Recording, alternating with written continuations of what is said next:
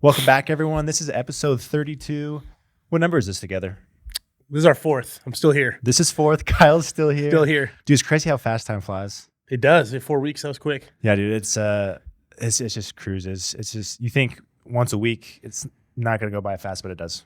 Like coming up with topics and stuff on a weekly basis. Sometimes it's hot. Sometimes it's cool. This week it was hot. This week it was very hot. I'll say we have a lot of stuff happened in the pickleball world. So. We want to keep this to like 45 minutes, but that's gonna be tight. We're gonna try. It's gonna be tight. Before we kick off on our topics, I want to just throw this out there. I need a new book. So I just finished reading a biography about Roger Federer called The Master. It was interesting. I didn't like it as much as the autobiography of Andre Agassi that I finished recently. The autobiography like got into the head of Andre more and like what he was thinking during events and how he progressed and more of like that mental aspect.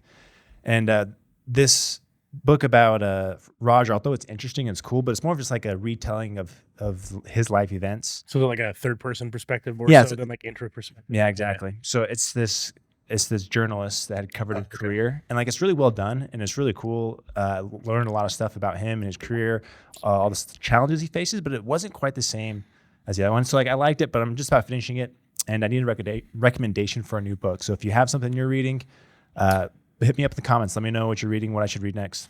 I did reach out to one of the authors of the Pickleball Mindset. She left me on red. Actually, I don't even know if she read my message because I was curious to read that book. That's Dane's? Dane and Pickleball Yogi, I think her name is. Okay. That's who I reached out to her. I sent her a message. You know, I've seen them posing, with the book. What's it really about? I don't know. That's why I was kind of. I was kind of just trying to like find out what it's about. If like she'd be interested in us reading it, whatnot. But no message back. But that's too bad. I'll probably still buy the book. Yeah, it's $20. $20. We should get it. I think that'd be interesting. It's called Pickleball Mindset. I mean, obviously that gives us a tell of what it's about. Exactly. Pickleball Yogi. Like, what's your background? Do you know? I have no idea. Obviously, yoga and pickleball. Maybe, I don't know. Anyways, need a new book. Let us know what you're reading. If you have any recommendations, we'd love to hear them. All right, and then before we jump into Kyle's corner and paddle babble, we got to talk about the paddle reviewer battle video. I watched it. It was funny. What did you think, dude? You got Nasty Nelson to so good. That was that was a good shot too. Like, that was a hard one. It was really impressive. Yeah, I liked it. So in the video, it makes it sound like I heard what he said because Chris like turns the wheel. He's like, I'm gonna Nasty Nelson. I just saw them whispering. Yeah, I had no idea what they said, and I just yelled. I'm like, that's not gonna work. But I had no idea that he. Oh, so you thought they were talking strategy? You didn't know that he was like. Yeah, I didn't know he was going for the nasty. That's pretty funny. So the video made it look like I knew it was coming because they're mic'd up. So yeah, right. It's nice and loud. But no, he pegged me. It's actually really hard to hit someone. Well, as you get better, it is. I mean, you can go hit old ladies at the park all day long if you want to do. Even then, so. Like if they're just a standing target and they're not moving, like it's hard to just hit that target. It's an art. It's tough. Have you ever Nasty Nelson somebody? I Nasty Nelson somebody last night. Did you really? Who yes. was it? Who did I know? His name's James. He's a really tall guy. I think his last name's Elton. I don't know. He's like 6'6". No, I feel like I would know. Oh, yeah. He's like a 3'5" guy. There was a chuckle there. I feel like he's gonna watch this and he's gonna get. We'll see. Come at me. Come at me. Kyle speaks the truth. He's gonna give you a rating. Okay, ratings. What would you rate us all? Rate all of us? No. The four in the reviewer battle. Oh man. So Q'd be the lowest rating. He had kind of a weird looking serve. I'd give him 4.0. Okay. I think his DUPR's right around 4.0. Okay. That's pretty close. So he was definitely the lowest. I feel like you and Chris were pretty much neck and neck. Yeah. But Will's close too, though. So like I feel like you guys are all pretty close. Obviously, I've only played with you, so I would say it would be like you, then Chris, then Will, then John. How do you feel? It's tough to say off videos. Yeah, you can't. Dude, these guys all look like 3-0s. Like it's true. Like when you watch videos, like you don't look as good as you think in your head. Like you'll play a game and then you'll go watch the footage afterwards. You're like, I felt so much cooler when I was playing the game versus like what the video actually looks like. Well, the worst is like you're like that hands battle was insane, and you look at it, it's like it was like slow. Yeah, it's not. You felt like you were in this like crazy firefight. It's not as cool looking in video, and like the pros are so phenomenal, and like they make it look good on video, and then when you watch in live, it's even faster. Like if you've never been to a pro event, like you got to go. it's pretty neat. But yeah, you just don't look as good on video. But yeah, Will beat us up with his drive was pretty effective. He had a good drive. Yeah, that was causing issues with everyone. He played really well with John. I talked with him afterwards. I was like, man, John and I just didn't play very good together. We couldn't find any mojo. And he gave me some of the tips that he used when he was playing with John. He's like, John's got a really good counter. So I was trying to set him up on his counter. I would dink to the forehand and the person in front of him, try to get them to speed up at John and just try to leverage his strengths. So he was playing to his partner. Yeah, so I thought that was really clever. Smart. But no, he played great. And then like when he and I pickled That was so Chris and John in the first game, oh, that felt so good. That had to be embarrassing with all those camera angles. And It was so good, dude. The definitely was the high moment for me. Didn't play super good with John. Chris and I, this was the first time we had all played together on the same court. We'd never, and then like when Chris and Will played together, it was obvious they had some chemistry. They've done a lot of stuff together. Yep. I would, if we'll do this again someday, and it'll be more. I think it'll be even more interesting to see what happens this next time now that we're more familiar with each other's games, and of course we'll keep getting better. But overall, super fun. Yeah, Will's number one. You think Will's number one? Like, Yeah. Well, I mean, he did win, but Yeah. I mean, no, that day he was definitely the best player. yeah. No, he's got game. Chris definitely got game. He had like this really nice backhand flick from below the net. He's like he had just like learned it a week before, Right. like this, and he was using it. And it Yeah. was effective. Like I was trying to avoid that. Q's got really strong hands, big serves. When he was on, he was good, but I think he was a little less consistent overall. But like he's definitely got the game. It's there. It's just bringing it all together, being a little more consistent with it. And I wasn't doing him any favors when we played together. That wasn't my best game. And then when Chris and I beat Will and Q, they were up on us quite a bit, and they were playing solid. And then they just gave us like a handful of points in a row. Like they probably should have beat us. I loved how Q was like, didn't even use his like go-to paddle. He was just like, I'm just going to use this Thrive paddle. Like, I know. that was awesome. I wonder if it would have made a difference if he used his Ruby. Had to have made a little bit of difference. Yeah, you got to. It feels like home when you go to your daily driver. I Oh, mean, totally. So Yeah, I've brought this up before, but like it definitely hurts my game in the long run, switching paddles so much. And when I go back to the paddle, that's kind of my main, and I've played, spent the most time with, it does. It feels like home, and it feels good. What we never talked about this. What's your home paddle right now? Man, so because I loaned out all my locos, I've been playing with the Filth solid. Okay. And I'm so used to the Filth now. Like I went back to the Edge 18K and it felt weird. So What's the difference between the Filth and the Edge 18K, you think? well, now that I'm weighted up, I would say the Filth, they play pretty similar. There's a little more spin on the 18K, but my drives are better with the Filth. So there is more power. Like better, like harder or lower? Harder and lower. Harder and especially once I put some weight on. Like just the plow through is really good. And It's just the there. drives are lower. I can't remember what the swing weight is on the Edge 18K, but it's pretty high on the Filth. think It's like so. 123. Yeah. So with a hard swing, and I would imagine the Filth is going to be nice on the drives. I've played with the Filth enough to get an idea with it, but I haven't spent like a ton of time with it. Be like, okay, this is. I didn't plan to because I liked the loco so much, but then I loaned them all out, and then Really? I was like, all I have is the Filth, so I guess I'm playing with the Filth. I do like the loco. When you get the loco back, are you going to go back to? I The loco? just got it back, so I think I might go back to the loco. This, But I'm afraid I'm not going to like it as much because I've been playing so much with the Filth. So I mean, you've always had like an elongated shape. The loco Exactly. is different for you. Yep. What do you think the difference is between the two? Like I just dropped a video this week talking about shapes. sweet spot, like it's the hybrid shape, more forgiving. Sweet spot was lower, so at first I was missing. I was like, whoa, this is weird. But as soon as I adjusted, I was like, oh man, this is like a very forgiving paddle. Where I feel like elongated's not as forgiving, but I feel like I get more power out of it, and I'm just used to it. Didn't miss any overheads because it was a little more squash, nothing like that. So Yeah, but it's funny how a quarter of an inch feels different. it does feel a lot like different. the length feels different. I don't. Sometimes I wonder if that's in my head, but I don't think it is. Well, I mean, think about the weight. Like we're talking 0.5 ounces is like huge. Yeah, weight's big. But if you hold 0.5 ounces, that's not huge. Right. Like, It's funny. Yeah, the more paddles you play with, and as you kind of fine tune your feel for those little adjustments, like you could tell a big difference. Like if you're newer to the game, you no, can't not tell as the much. No, difference. I could hand you anything and you'll just be like, "Oh, that paddle's great." Yeah. Like, they'll have no idea. Oh no, 100%. So, But like when you've played as many paddles as we have, Oh, yeah. you can really fill out the differences between the two, and like small things go a long ways. yeah, Yeah, that shapes video I did, I've done a couple of these now where I've just talked about something a little more simple that isn't understood for players when they're like just buying their first, paddle. Because like whenever I start researching something new, like when I was buying these cameras and lenses and all this, like this was all like brand new to me. Like I didn't know anything about it. And as I'm doing research, I'm like, man, this is what people feel like when they're buying their first paddle. Like it's hard. Oh, you yeah. just don't know. Well, there's so many options. So many Where options. do I start? You just don't know the nuances. Well, no, like even when we started playing pickleball, because we started roughly the same time, there was way less options.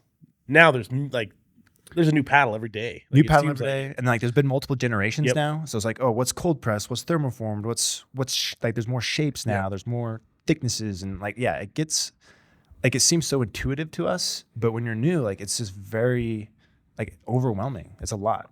And some people are also like, why does this carbon fiber paddle better than this fiberglass paddle I got or this graphite paddle that I bought off Amazon? Like, they just don't know yet.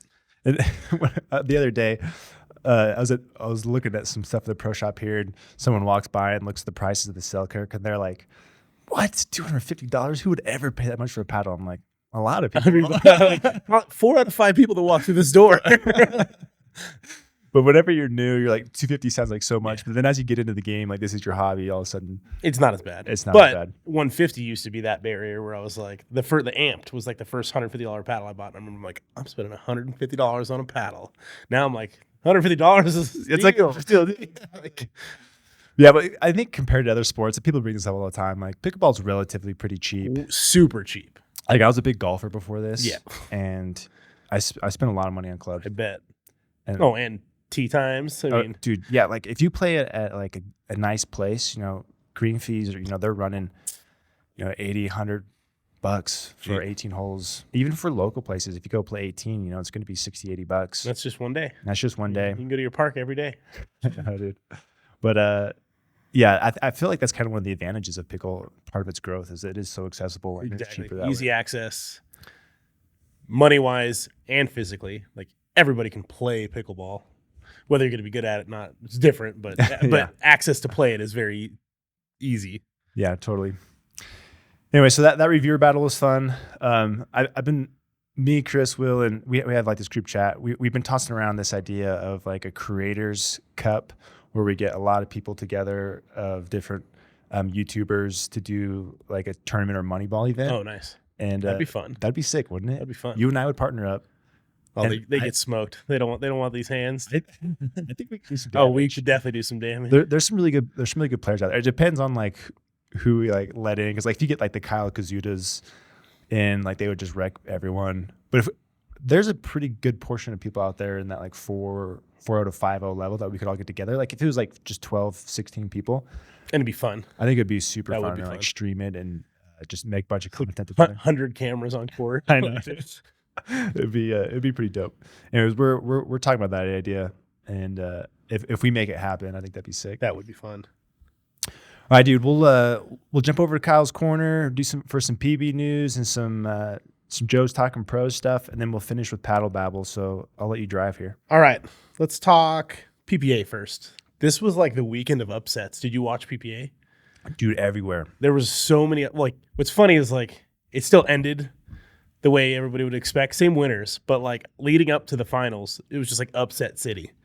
We had JMA, John Alvarez. Oh yeah, Maria's guy. He beat Sock. So he beats Lung, then he beats Sock. Who did he loses to Connor. Garnett. Yep, but he was fasting the entire time too. And this dude's 42 years old playing against these young guys. Did he say why he was fasting? Well, it's something he used to do, and I guess he hadn't done it in a while, and he did it before this tournament. So he was fasting during the whole tournament. Maria was telling me about it. Oh, interesting. So, like, I mean, he was pretty big into tennis and really successful. Yep. He did that. I think he did it back in those days, and I think he's just getting back into it. Why would you do that? Like, what are the benefits of not having energy? I don't know, because I've heard of the benefits of fasting, but like in my mind, I'm like, how do you fast when you're that physical? Especially because he's a single specialist. That'd be really hard. I feel like I'd have no energy. I guess this is a progressive draw. So if he's only doing singles, he's only playing one match a day. That's true, and get more rest. But there's no way he was fasting the entire tournament. From day to day. He was. He even posted at the end after he made an Instagram post after he was knocked out of the tournament of him breaking the fast. No. Yep. There's got to be he had to be able to Look like into it. protein bars or something. I'm telling you. And then what was another big one? Oh, Anna Bright and Rachel losing to Ansbury and Boneta. Dude, I don't even know what happened. I didn't even know. Honestly, I didn't know Sarah Ansbury was still playing. I hadn't seen her in so long. So that was like a huge upset to me. No, like, and I don't even recognize the other chick's name. Yeah, Ansbury. I mean, her mobility is limited. She's got good game. She's like an OG. Like, Yeah. she's been in the game a long time. So that was impressive. Yeah, like, I didn't watch that one, but I did see that result and was very surprised by that because Anna and Rohrbacher have been like on fire. Yep. No, exactly. Everybody expected the final to be basically Anna Bright and Rachel versus Catherine and ALW. So this person that partnered with Ansbury, never seen her before. do you think she's the real deal? Like, is she going to be around? Maybe. I guess we'll have to see. We'll see if it's a fluke. I'm curious because there was just a lot of weird upsets, and I don't know if because like some of the matches were indoors. It was windy. Outdoors, it was windy. I feel like windy can be a condition for some weird stuff to happen. I've seen some people online say that like wind is an equalizer for the underdog. I think so too. So yeah, just weather in general, I think is going to give the underdog more of an opportunity. And then the last big upset that I saw was, I'll call it an upset, but these guys are good, was Guh and Vic taking down Big Papa Jimmy and Matt. And they took down Stax and Tellez. So and then they took made a game off of the Johns. Yeah, in the finals. they played good. It was fun. It was fun, dude. I actually watched the final. It was fun. Yeah, I tuned in a little bit later, so I missed that one. But it was competitive. Oh yeah, no, they did well. I mean, there was a lot of lobs going on. Yeah, I saw it was kind of funny how many times they lobbed. But from Yao Mei. Well, Guh hit a couple lobs too. He was doing it too. He brought him into. He would lob Ben. Ben would smash it back, and he's just like resets it, like smash it again, dude, buddy. the dude's getting better. Yeah. Like, by the week. It's awesome. Yeah, he's just some of the other games I watched him. I just feel like he's so strong in the midcourt. Doesn't make mistakes there. Really good counter. Tough to attack. His offense, I think, is what's going to is going to be his next step. His next evolution is generating offense. This is the talk. He is likely already the best lefty in the game. Over who do you got? You got Tellez. You got Loon. Yeah, every lefty's better than Loon, right? Ouch. They're gonna come for us if they don't watch this. Yeah, they don't care for Braden. That's all right. That's true. No, you go down to Utah though, so you better be careful. Those are the only three though, right? So I think so. Main ones. Yeah, he's just climbing like crazy, and I feel like his draft pick. I don't know if you're going to bring this up later, but in the MLP draft, like he was drafted because he goes to Dallas, right? He went to Dallas. That's the team I like. Dallas was the team I really liked. So he had. I wasn't sure if you put that note, if I put that note, because that is the team I like too. This was the team. Yeah, I wrote this one down. Yeah, it was. So he got drafted with the Johnsons, who I thought you said they didn't do. They signed They signed the day. Was it the day before we posted this? Or the day we posted it, because somebody in the comments was like, the Johnsons are playing. I'm like, I know, we shot this before they signed. Yeah, so you got the Johnsons and Tyra. And I feel like every team, or at least every draft, the team that gets that late draft pick of an up-and-comer has had the most success. And I feel like he was the best up-and-comer pick that came late. So, if you bring up up-and-comers, do you see the draft Lane Seath, I think her last name was? Ever heard of her? No. Nope, me neither. This was an Anna Bright pick, right? They say that, but there's talk of whether she was the one that picked her or not. But I was talking to Tyra on Discord. Tyra played tennis with her, and she said her skill set in tennis is like perfect for pickleball. And she's only been playing pickleball a few months, they said. Oh, interesting. So I've heard Rettenmeier say that certain tennis styles translate better. Yeah, I saw that same. So thing. she's got the. I guess she's got whatever that style is. Yeah, Tyra said she's going to be good. I was making jokes. I was like, is she going to train 12 hours a day like you? And she was like, nah, maybe 6. When I was chatting with Tyra in Austin, she actually said she doesn't drill very much. She just plays. Yeah, plays a ton though.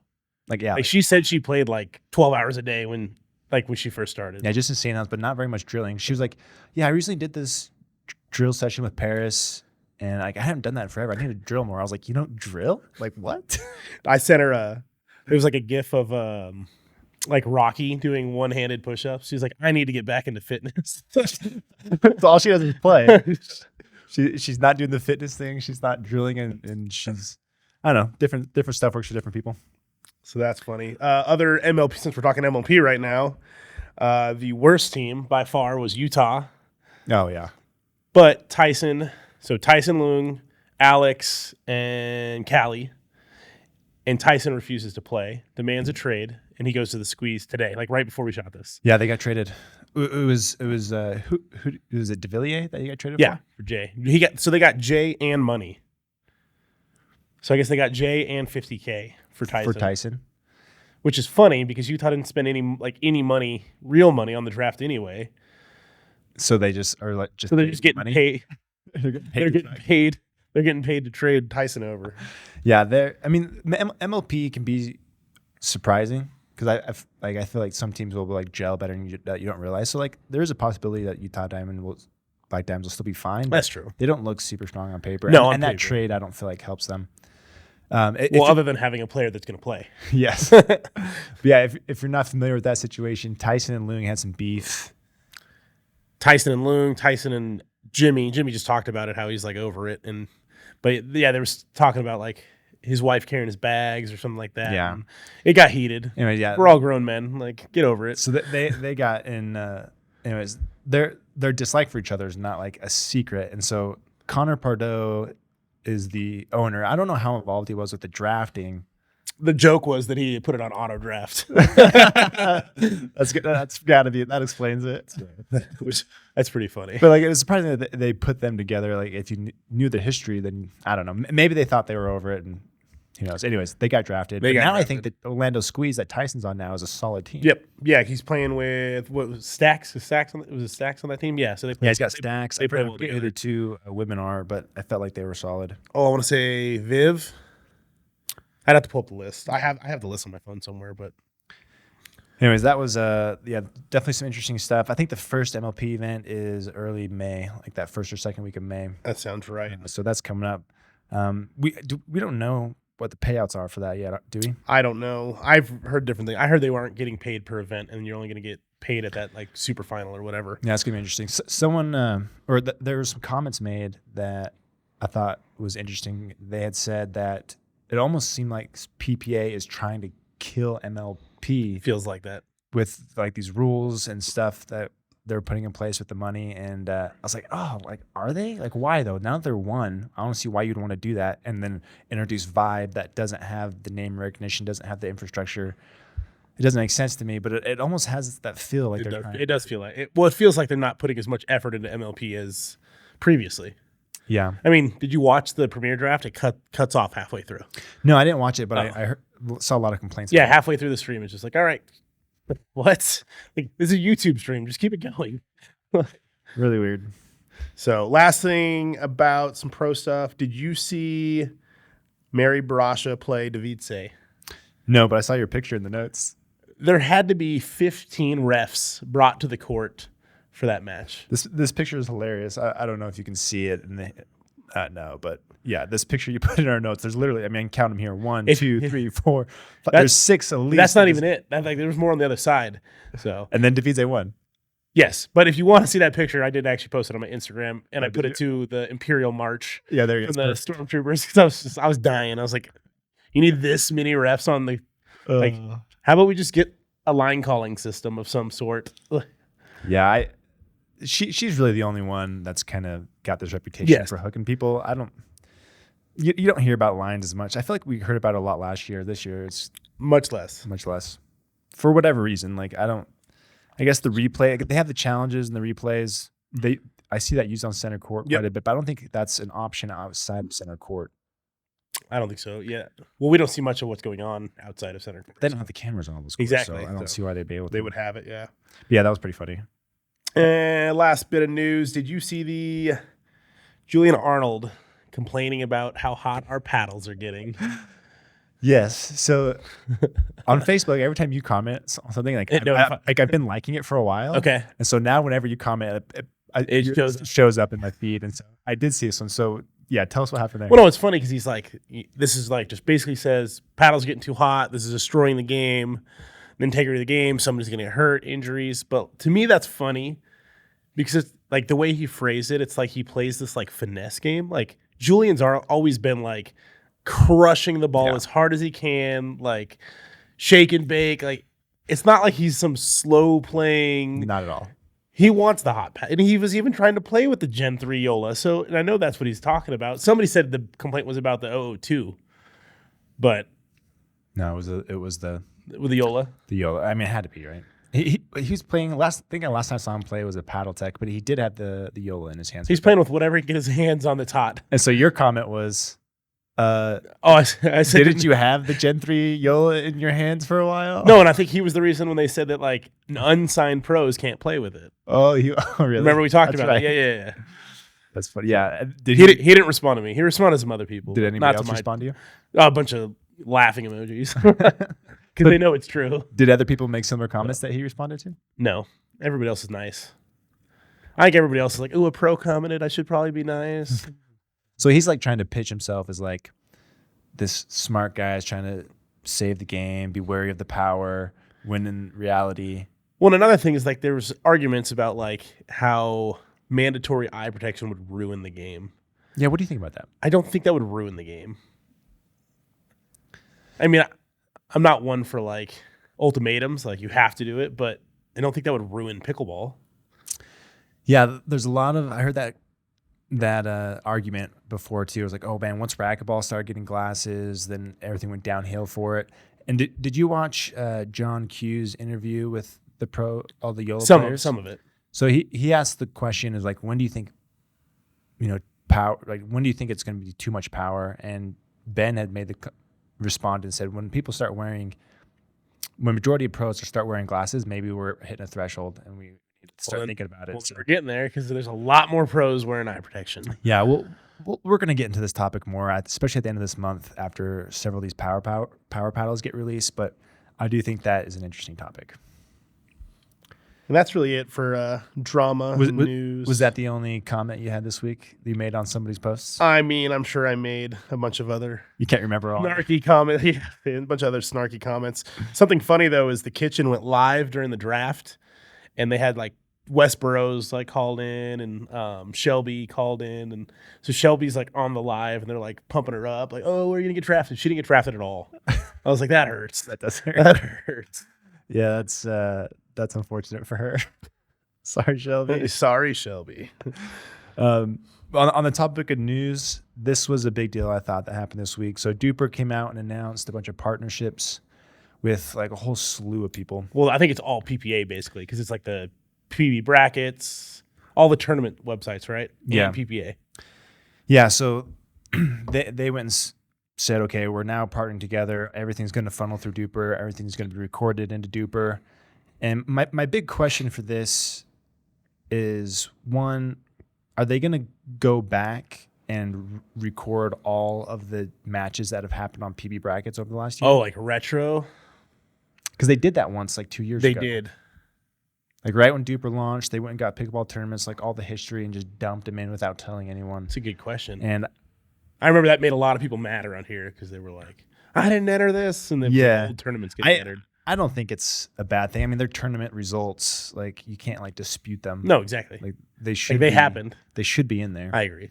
I kind of hope they do, just because I think curious that'll. what that's going to do to my rating. I don't know. I have no idea what it'll do, but I think I played at least 3 tournaments locally last year That weren't recorded. Yep. And at least a couple others, regionally that weren't recorded. That's true. And I mean, I don't know what would happen to my DUPR, but I more matches the better. Like, I think that's a good thing. So I hope that they do that. I did message them and ask them if they were going to, backdate those. And didn't get no anything. response. Crickets. But that is going to be interesting to see. But it is fun to see. Okay, finally we're starting to see some consolidation. Yeah. So like with the MLP and PPA coming under one umbrella, now now DUPR's officially a pickleball. Like everyone seems to be on board. Everyone goes DUPR, but then at the last minute, APP goes UTR, which I'm like, we could have all been under one rating. Yeah, I wonder if they'll change because this solidifies DUPR. I mean, in my mind, it was always the leading one. I think it was always the closest. I know there's a lot of complaints. It's not perfect. Yeah, I always think it was the closest. So I wonder if they'll come on board now. But I feel like that really kind of was a big piece of the puzzle and a step in the right direction for like the unification of pickleball in the U.S. And so now the question is like, do you think like APP is making a global move? PPA doesn't seem to be pushing anything global at all.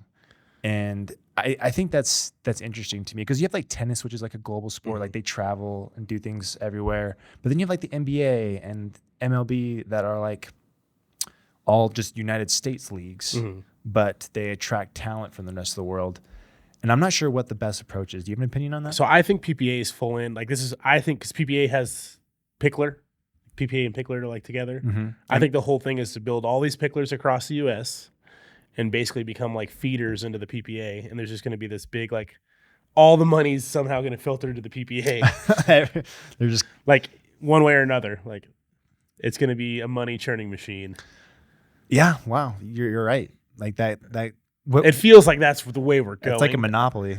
I don't know if there's like anything bad with that though, because then you have like if you're in these like Picklers around the nation, and there is like a clear path for you to get from there to PPA, like real tournaments, but it'll grow the sport. Yeah, even for like amateur events, like you could do regional events, you can do national events. Like you have to win your region, and then you qualify for national. Like people have attempted that, but no one's really nailed that. And with that infrastructure with the Pickler, and I feel like that's where it's going. Now that I'm like thinking about it, it's like, yeah, that's pretty powerful. Yeah, they can do all the events at their locations. All the cells at their locations because they own Pickleball Central, and those are going to be like the pro shops. You could almost get rid of qualifiers from PPAs and have some kind of like qualifying system, like almost like leagues that like feed into that. Oh, 100%. They tried to do something. They had Did they? So like a year ago, they created, I can't remember the name of it, but the PPA created. Because the only thing I remember is like the minor league pickleball. But no, it was different from that. It wasn't next. It was Futures. It was called Futures. Remember that? Did that ever happen? Because I forgot there was actually one scheduled for here. And then yeah, they had it scheduled for here. They did one in Utah that a lot of people from here attended, and that was like a way to get PPA points. Okay. Without attending like the bigger PPA events. Got it. So they kind of acted as feeders, and just to get qualified, start building your rating and your reputation. But yeah, the lady that was running that, she was pretty sharp. She ended up leaving and starting some other venture of her own, and so the Futures kind of halted and they canceled the one that was here. But they could totally bring something like that back. I bet you that's like the master plan. Yeah, like that makes a lot of sense. I think that'd be cool. I agree. But then you have like college. College is another kind of untapped, in high school, like just schools. Well, I feel like DUPR is going after college for sure. Yeah, and DUPR is part of the infrastructure, so they'll have to figure out a way to tie all that in. But it feels like the blocks are all there. They are. It's growing. I think within the next 5 years we could see it be a high school sport in some states. I'm sure not every state's going to adopt it, but it totally could be. And then they have the junior PPA like program in place. Yep. And that'll only grow with time.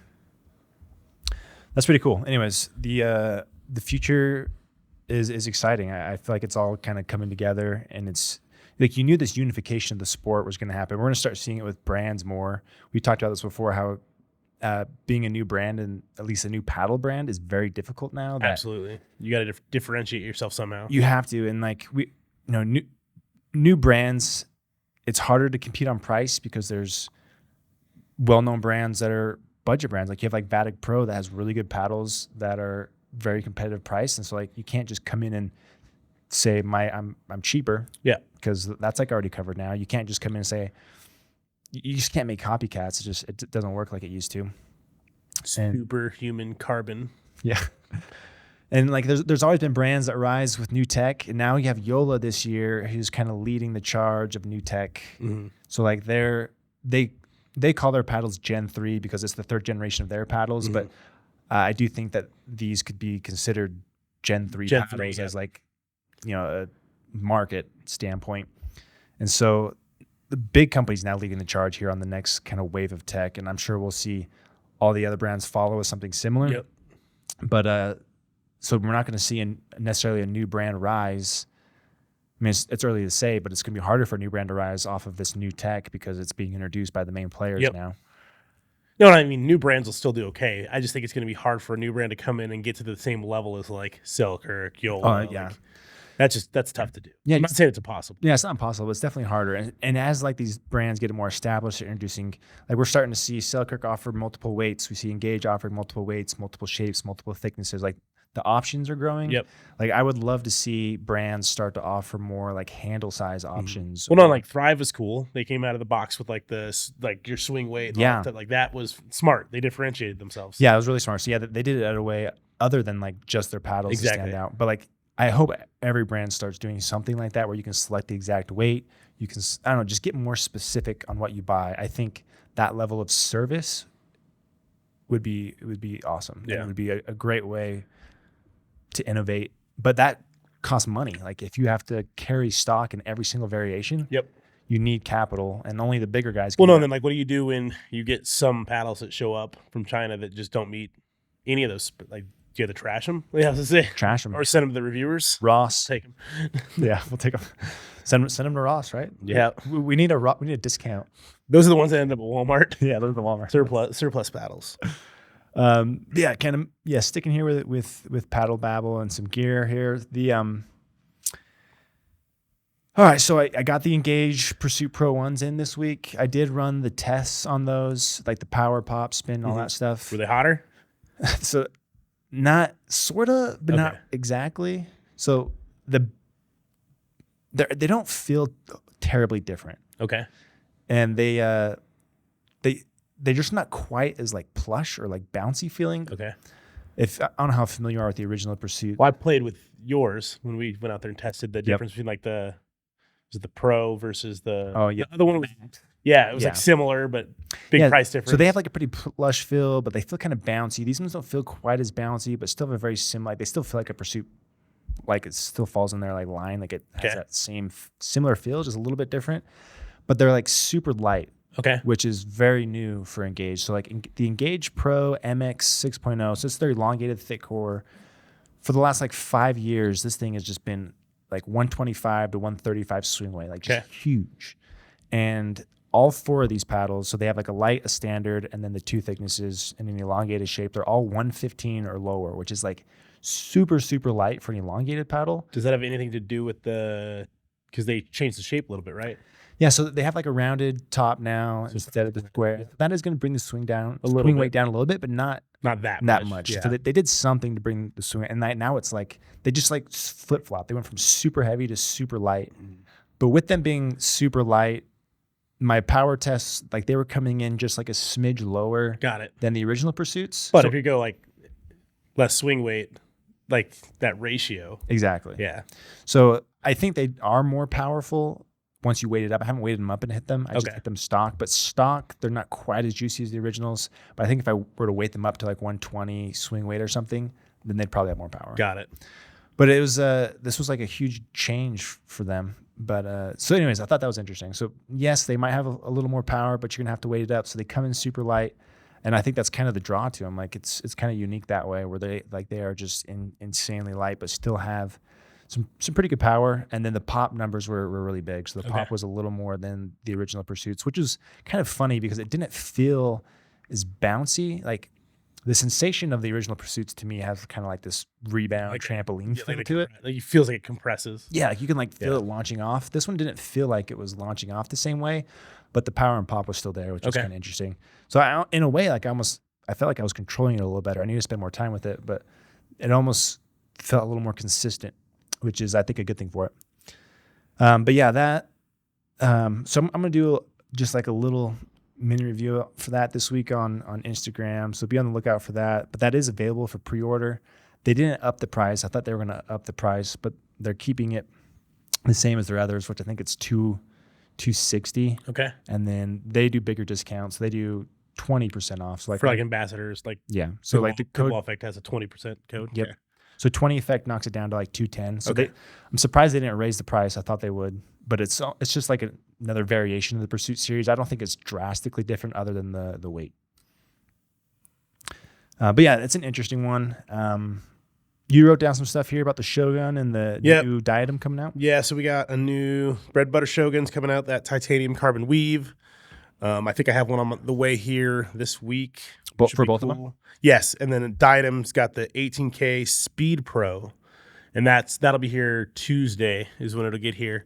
It's so that they went same face 18K carbon with that triaxial weave, the fancy cubes, and then it's 14 millimeters, and then they molded the handle this time, so it's a molded handle, so it's supposed to be much more rigid. And then another note. What does that mean, molded? Like, so it's one piece? Exactly. So it adds it's much more rigid. It feels good. So at least other molded handles Well, I think I talked to you. You said Head's been doing it for a while. Head has a molded, like the original Perseus had like a molded handle. You remember that one? And then the other thing they put in their specs that was interesting is it's U.S. sourced core material. Oh, that's kind of cool. Well, I mean, does plastic from the U.S. play different than plastic from China? No, but it's in the U.S. I guess marketing. But so are they sourcing it, shipping it to China? Well, that's what I was wondering. That's when I read that, I was like, U.S. sourced. I'm like, so maybe they're just shipping. I feel like you would have to, or China's just importing it over there. It's probably more China's just importing plastic from us. But I'm always wary of what those manufacturers are telling you. Diadem's been in the space long enough where this is probably true what they're saying, but a lot of brands I think just regurgitate what the factory tells them. What the factory tells them, which in a lot of cases I question. Yeah, like everyone has T700 carbon fiber, like BS.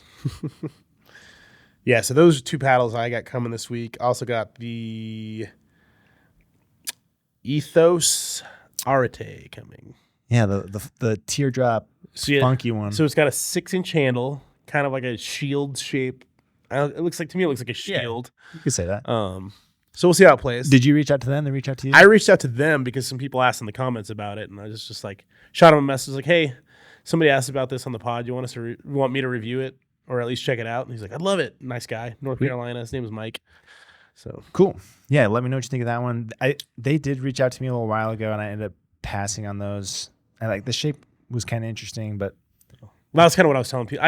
In the comments, I was like, Braden's entrenched with all the big brands. I'll try out some of the lesser knowns. Okay, and then so I want to talk about the Shogun for a second. So that's being released, I believe, at the end of this month, or being available for pre-order. So pre-order on 4/20. So this is the titanium weave. I did a little research on titanium. Have you looked it up yet? Have I looked up titanium? Yeah, like how it's different from other materials that we're using. No. So I did a little bit of research. So, like hardness wise? Or? Yeah. Oh, okay.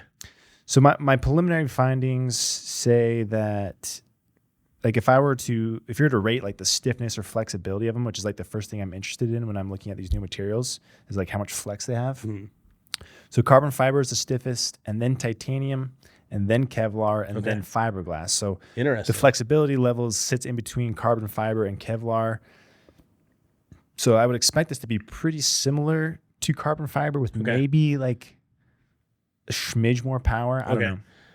So they said, because a few people have already tested it, and they said it has a little bit more power than the filth, but they say it actually, you feel more connected to the ball. Like it's got a more plush feel. So we'll see. We'll see.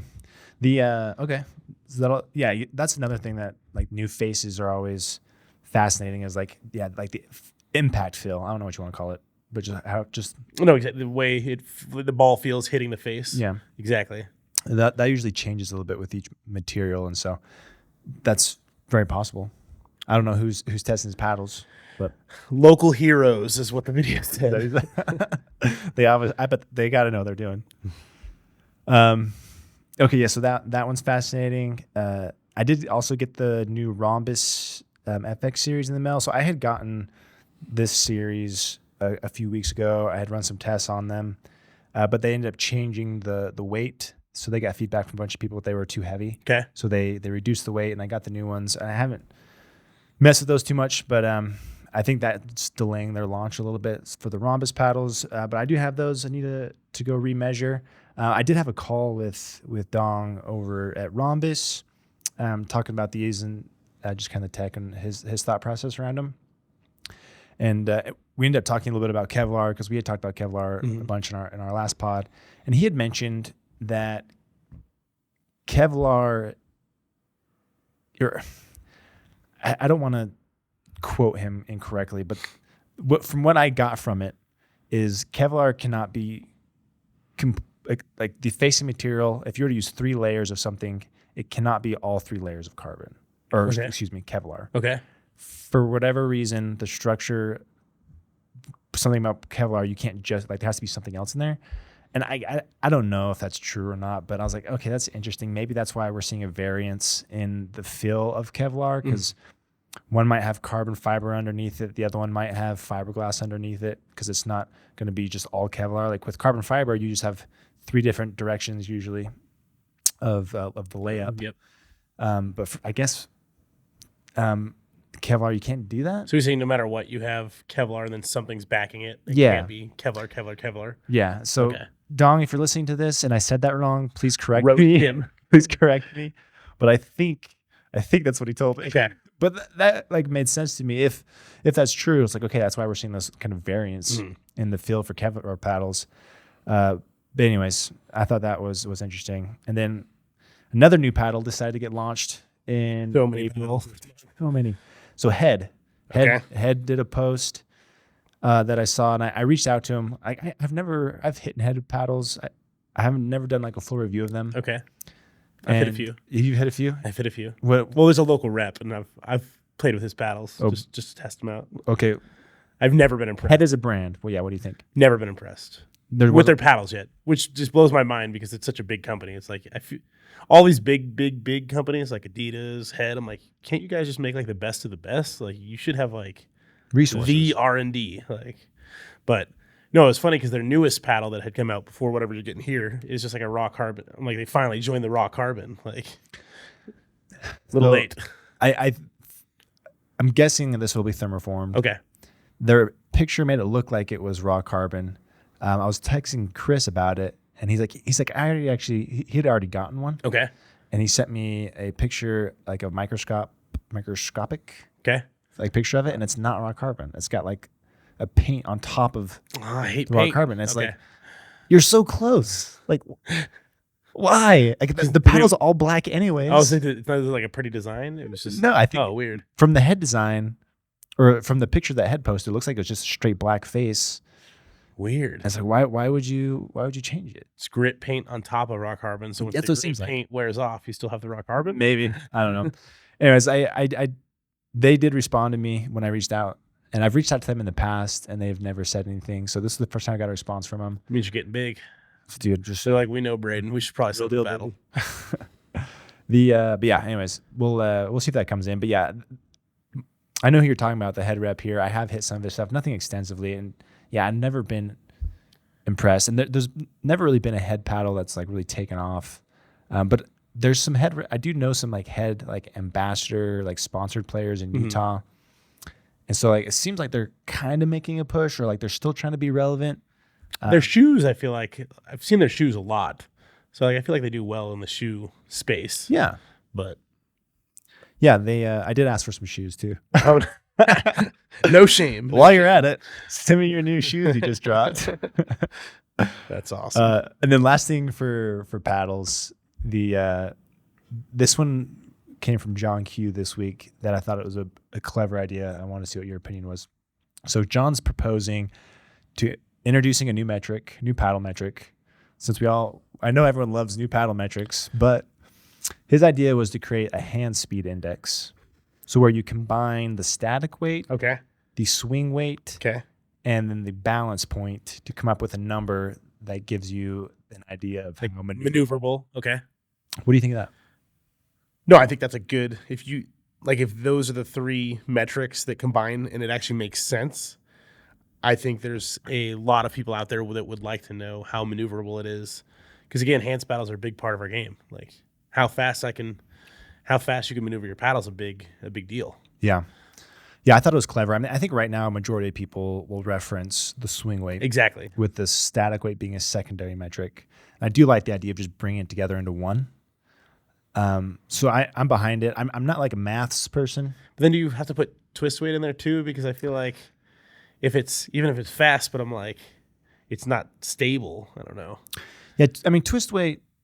Because the heavier your twist weight, the more stable it is, right? Like when you're Right. Yeah, the higher the twist weight, the more stable it is. But that doesn't have much of a correlation with like the maneuverability, the hand speed of the paddle.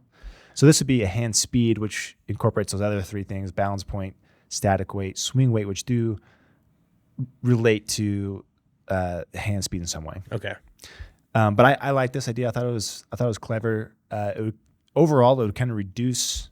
We would probably still report on those other metrics. So this would just introduce another one that would just kind of make it easier to digest the whole thing quicker. Okay.